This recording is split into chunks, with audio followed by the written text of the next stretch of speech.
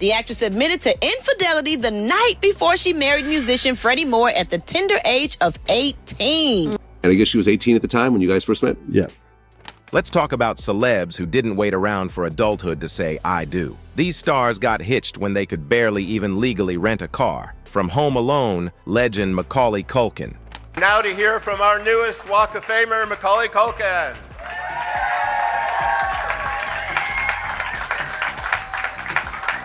Hey, everyone. To 19-year-old Kim Kardashian. And I guess she was 18 at the time when you guys first met? Yeah. But hey, teen love in Hollywood, it's a whole other level. Get ready for a peek at some of the most unexpected whirlwind marriages that kicked off before they even hit their 20s. They're bastards, all of them. Melanie Griffith and Don Johnson's love story is nothing short of a Hollywood roller coaster. Melanie, an actress known for roles in Working Girl and Something Wild, and Don, a TV icon from Miami Vice, first got together in the 70s. They tied the knot in 1976, but their marriage didn't last long, ending later that same year. Despite that, sparks still flew between them, and they found their way back to each other years later in the 80s. By then, they had a daughter, Dakota Johnson, who would go on to become a big star in her own right, 50 Shades Anyone. But the drama wasn't over. Melanie and Don remarried in 1989, but their second marriage was just as turbulent as the first. After a few years of ups and downs, they separated in 1994, got back together, and then split again in 1995. They officially called it quits for good in 1996.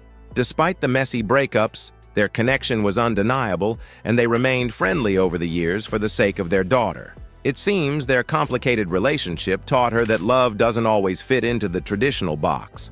It wasn't a fairy tale ending, but it sure made for one unforgettable story. Next, Demi Moore and Freddie Moore. The actress admitted to infidelity the night before she married musician Freddie Moore at the tender age of 18. Their story started when Demi was just a teen in the late 70s, and sparks flew. They tied the knot in 1981, but the marriage wrapped up in 1985. Even after going their separate ways, they stayed cool with each other and kept teaming up on music. Demi Moore has kept quiet about her short-lived marriage to Freddie Moore, but Freddie didn't hold back in an interview with Australia's NW magazine. He spilled that things kicked off between them back in 1979 when Demi was 16 and still dating her boyfriend, Tom. According to Freddie, I fell head over heels for her, and once she had me hooked, she ditched Tom and demanded I leave my wife. I was so smitten I actually did it. Now that sounds like a messy love triangle. Demi Moore, born Demetria Gines in Roswell, New Mexico, became a Hollywood legend with hits like Ghost and A Few Good Men, dominating the 80s and 90s. She wasn't just making movies, she was making history with her massive paychecks. Then there's Freddie Moore, a rock musician known for bands like the New Cats. Fun fact, he and Demi co-wrote his song, It's Not a Rumor. Next, Solange Knowles and Daniel Smith. Industry, if I date, people that are in the limelight, they're gonna have female fans and et cetera, and I'm grown enough to handle that. It's just when it gets disrespectful.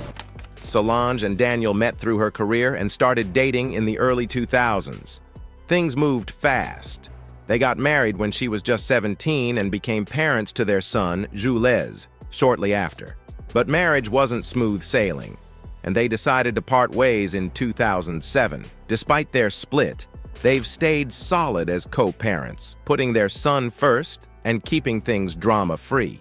Daniel Smith, meanwhile, is a music executive who played a big role in Solange's early career. As the CEO of Music World Entertainment, he helped launch her music journey and was tight with the Knowles family. Solange has no regrets about getting married and having a kid young. She shared that, emotionally and mentally, I feel way older than 27. Going through a marriage and divorce, basically by 21, gives you a whole new perspective on life. Solange is so much more than just Beyoncé's little sister. She started out as a backup dancer for Destiny's Child, but her talent quickly took center stage. By 2002, she dropped her first album, Solo Star, And while it was a solid start, it was her third album, A Seat at the Table, that really cemented her as an artist in her own right. The project was a critical smash, earning her a Grammy and putting her in a league of her own. Next, Kim Kardashian.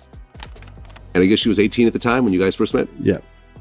Kim Kardashian's rise to fame was anything but ordinary. She started as Paris Hilton's stylist, but everything changed after that tape went viral. Kim turned all the attention into a gold mine. But before all that, there was Damon Thomas, a music producer known for working with legends like Mary J. Blige. Kim and Damon hit it off in the late 90s, and at 19, she married him in a whirlwind romance. Unfortunately, the marriage was anything but smooth. They eventually split in 2004, with Kim later sharing that it wasn't the fairy tale people might have imagined. She's opened up about facing emotional and physical challenges during their time together, and their relationship remains one of the more complicated parts of her past. In 2010, the Daily Mail dropped Kim K's 2003 divorce papers, revealing claims of abuse from Damon Thomas, physical and verbal. He even allegedly gave her money for plastic surgery to make her perfect. In 2014, Damon called Kim a fame addict in an interview, accusing her of doing anything for attention. Then, in 2018, Kim admitted on KUWTK that she got married to Damon while on ecstasy. Next, Culkin and Rachel Miner. Now to hear from our newest Walk of Famer, Macaulay Culkin.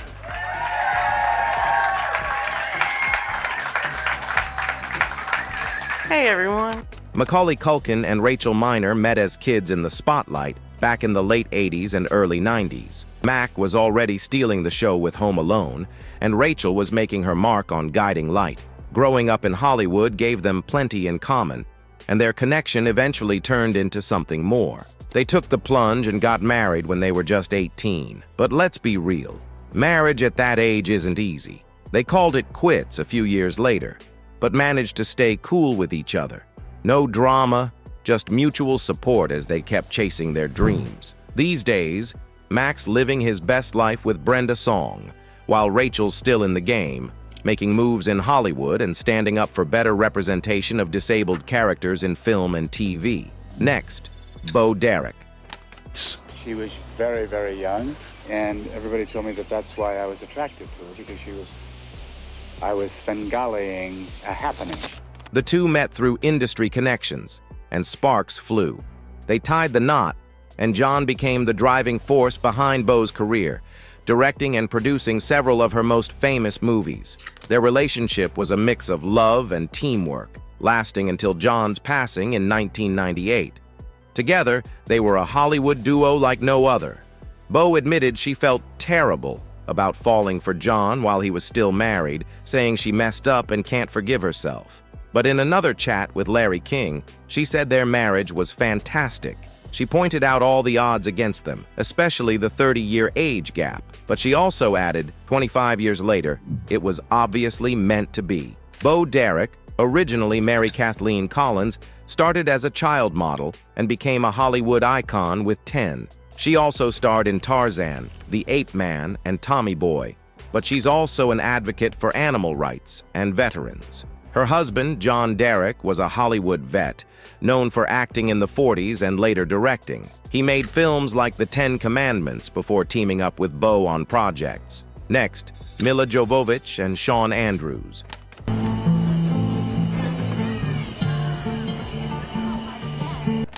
These two had a whirlwind connection back in 1992 while filming Dazed and Confused. They fell hard and decided to elope, tying the knot that same year. But it didn't last long. Their marriage was over in just a couple of months. Milla admitted she rushed off to Vegas to marry Shawn Andrews as a teen just to prove a point to her mom. She wanted a bank card, feeling like she was already living the adult life, working and being treated like one. It wasn't really about love, but more about doing her own thing. Milla said, "When you're 16, you have to take 3 rights to make a left."